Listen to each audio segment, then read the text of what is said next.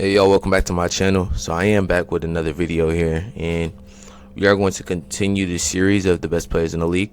The other day I did my first one, and obviously my best player in the league was Joel Embiid. And today we're going to be doing Nikola Jokic, as you can see on the screen. So let's go ahead and take a deeper dive into why I do believe he is the second best player in the NBA.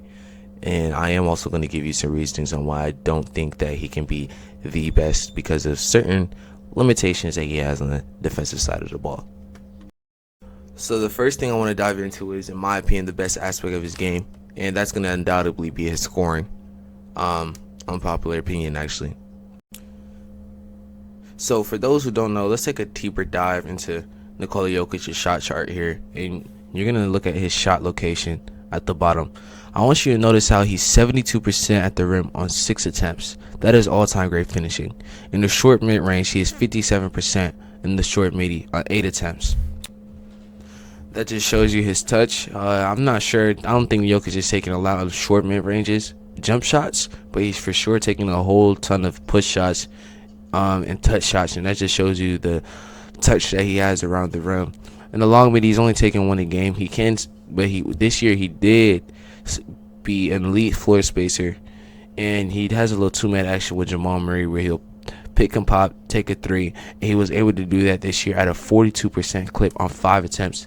This year, statistically, Jokic was one of the best, if not the best, three-point shooting big man in the league this year. That is extremely valuable, especially if you're a big man that can also hit 80% of your free throws on 6 attempts.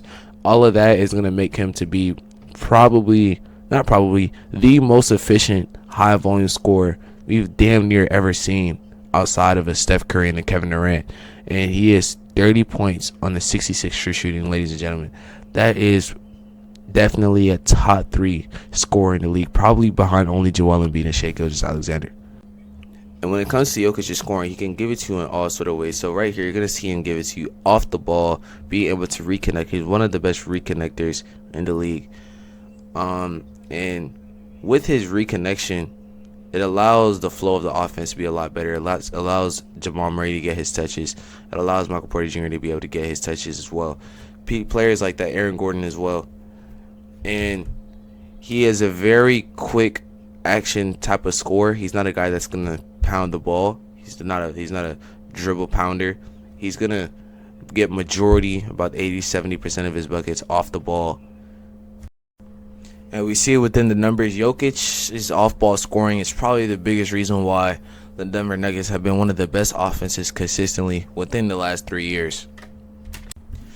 Jokic's off-ball scoring has not only been able to lead offenses like this, it's also allowed him to be one of the most playoff-proof scorers we've ever seen.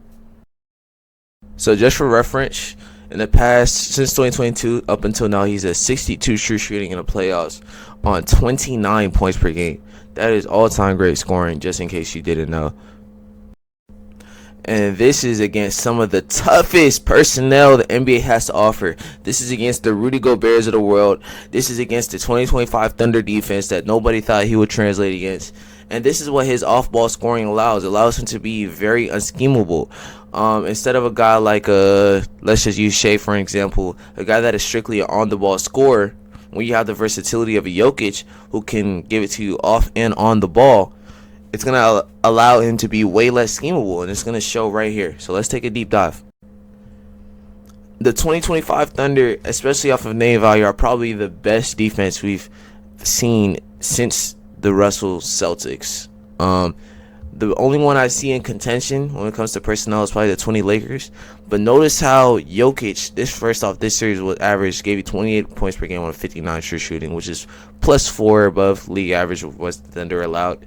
And notice how his off-ball scoring was able to just take control of this game. Not just take control of this game, pretty much take control of this entire series. No matter the scheme they threw at him, they wanted to throw Caruso on him as well. You're going to see some clips where Caruso's guarding him. You're going to see clips where Shai's guarding him. And they're going to have Chet and backline support. But because of Jokic's touch, he doesn't really need to create space for himself. That's what his touch allows him. And because of his off-ball, the off-ball pretty much creates all the space that Jokic needs to really operate as a scorer. This is how unschemable he is. Like, look how he can just bull rush Caruso. No matter the scheme the Thunder really threw at, Jokic was pretty much able to figure out he would still be able to be efficient, like we said, +4 above league average. He was able to get his volume in. He was averaging 28 points per game. So Jokic is scoring. To me, he has an argument to be the best scorer in the league. To me, I have him right at 3. But this is what makes Jokic Jokic. Another half of Jokic's offense that makes Jokic Jokic is also his playmaking, not just his scoring. He's a top 2 playmaker in the league behind Luka Doncic, who I'll also make a video on. Don't worry. I think Jokic's playmaking, his off-ball playmaking, probably the most important aspect I'm going to say is the floor spacing that he provides, and it's the reads that he can make with his floor spacing. The amount of space that Jokic gives you on the interior to operate is something that really cannot be replaced by anybody in the league. He allows so much interior space from him standing at the top of the key and drawing his big man out the paint because of how respectable his jump shot is. It allows him to make all crazy types of interior reads at some of the highest clips in the league. It allows the freest lanes for the Julian Strouthers, as you can see right here. It allows the freest lanes for the Peyton Watsons, the Jamal Murrays as well. Another part of his playmaking, not just to see a top 3 passer, his screen setting. I think Jokic is pretty easily the best screen setter in the league as well. That is something that is very extremely valuable, especially since he's pretty much involved in every play with his screen setting as well. It's going to be something that you also have to value as well.